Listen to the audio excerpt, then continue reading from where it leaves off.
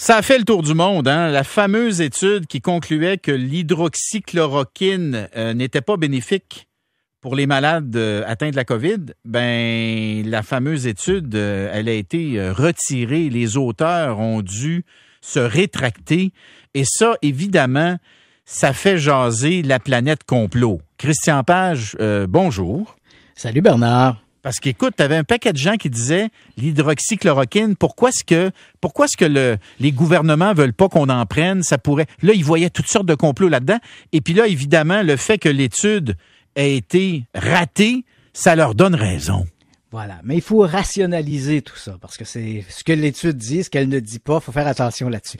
Donc, tu le mentionnes, effectivement, c'est une étude qui a été publiée dans le journal de Lancet. Donc, le Lancet, c'est un magazine britannique, un périodique scientifique britannique, qui se consacre principalement à la médecine, et c'est une publication hebdomadaire. Très réputée, très réputée. Très réputée. Ah oui. En fait, toutes les grandes découvertes médicales passent à peu près par les pages du Lancet. Voilà. Donc, dans son édition du 22 mai, on publie cette étude, une étude qui est signée par 4 auteurs et qui dit, voilà, tu l'as bien résumé, on a fait une étude, en fait, on a pris 96 000 à partir d'une banque de données, on a utilisé 96 000 patients qui ont été hospitalisés entre décembre et avril dernier dans 671 hôpitaux et ces patients ont reçu des traitements, certains avaient reçu des traitements avec l'hydroxychloroquine, d'autres non, et donc en faisant un bilan de tout ça, ils arrive à la conclusion que l'utilisation de l'hydroxychloroquine comme médicament est à peu près inutile dans le cas du COVID-19. Et non seulement elle est inutile, mais elle pourrait amener des conséquences, oui, des effets secondaires relativement importants et très nocifs pour la santé des malades. Ça, c'est la conclusion initiale, exact. C'est la conclusion initiale. Et immédiatement, uniquement pour montrer l'impact du Lancet, dès la publication de l'article, l'Organisation mondiale de la santé, qui en était à ses tout débuts dans des recherches, des essais cliniques sur l'hydroxychloroquine, a immédiatement suspendu ses recherches en disant, voilà, on a une étude du Lancet qui dit que ça sert à rien. Voilà. Et voilà, dans son édition de cette semaine, 3 des signataires de l'article disent, finalement, on se rétracte. On ne peut plus endosser ces conclusions parce qu'il faut savoir, Bernard, que immédiatement après la publication du rapport, de l'étude en question, le document a été sévèrement critiqué tant par les tenants les pro-hydroxychloroquine, si je puis dire, oui, que par ses adversaires. En fait, on reprochait aux auteurs d'avoir utilisé des banques de données un petit peu sélectionnées d'avance. Il manquait un échantillonnage pour les gens qui n'avaient pas reçu le traitement. Et puis, on se questionnait sur les autres patients qui avaient été admis à l'hôpital, mais dont on n'avait pas les dossiers. Et devant cette charge, les scientifiques ont dit, vous avez raison, ces critiques sont justifiées. Et sur la foi de ces critiques, on ne peut plus endosser nos conclusions. Bon. Ici, ce qui est très important, Bernard, oui, c'est de mentionner que les tenants les gens qui sont pro-hydroxychloroquine et les théoriciens du complot, eux, évidemment, ils jubilent en disant, voilà, on avait raison. Mais il faut faire attention. L'étude ne dit pas que l'hydroxychloroquine est bonne dans le traitement du COVID-19. L'étude dit simplement, sur la foi des données dont on dispose, on ne peut pas tenir ce discours-là.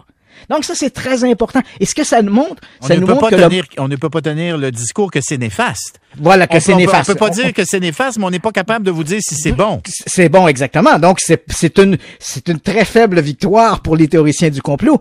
Mais en revanche, ce que nous montre l'article du Lancet, c'est que le modèle scientifique fonctionne bien.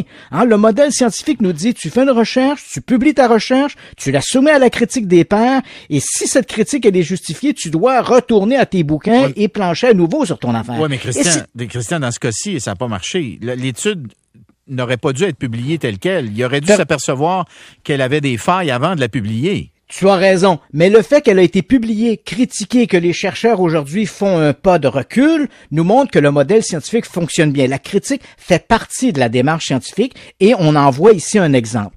Il faut quand même dire, Bernard, que d'autres études menées ailleurs dans le monde, avec d'autres échantillonnages, vont quand même dans le sens de l'étude menée par The Lancet. Même si les scientifiques aujourd'hui se tempèrent un peu leurs résultats, il faut quand même savoir que jusqu'à maintenant, d'autres études menées avec d'autres d'échantillonnage, mais qui était trop faible pour être significatif, allait supposer les mêmes conclusions que celles proposées par The Lancet. Mais il y en a une qui a été publiée d'ailleurs, là, je vois ça, là, aucun effet bénéfique pour les malades de la COVID selon les responsables de l'essai clinique britannique Recovery. Ça, voilà. C'est sorti aujourd'hui. C'est sorti aujourd'hui. Et une étude menée indépendamment par des chercheurs de l'Université McGill à Montréal allait également dans ce sens, c'est-à-dire que l'hydroxychloroquine n'a à peu près aucun effet pour les malades du COVID-19 et peut entraîner des conséquences ou à tout le moins des effets secondaires qui sont assez graves. On parle que au niveau dans une haute prise, là, une surdose d'hydroxychloroquine, ça peut entraîner la mort, des arythmies cardiaques, des détresses respiratoires et des dommages oculaires. Donc, on se rend compte que les effets les conséquences sont peut-être plus graves que les effets bénéfiques pour le malade. Et pendant tout ce temps, il nous reste une minute. Évidemment, Didier Raoult, le fameux, je pense que c'est comme ça qu'on le prononce, ou Raoult. Oui, Didier Raoult. Oui, le médecin de Marseille, là. Voilà. Lui, il célébrait évidemment quand The Lancet a retiré l'étude. Bien sûr. Il faut quand même préciser que Didier Raoult est un infectiologue qui est réputé. C'est un vrai médecin, c'est un individu qui est respecté par ses pairs.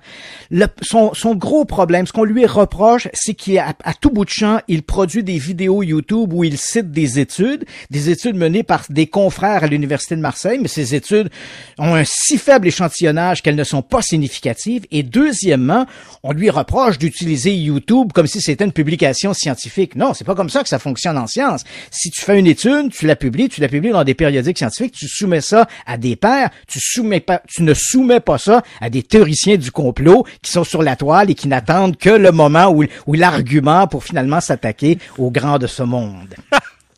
Quelle bonne conclusion. Christian Page. C'est parfait. Plaisir, c'était parfait. Je te souhaite un bon week-end. Toi aussi. OK.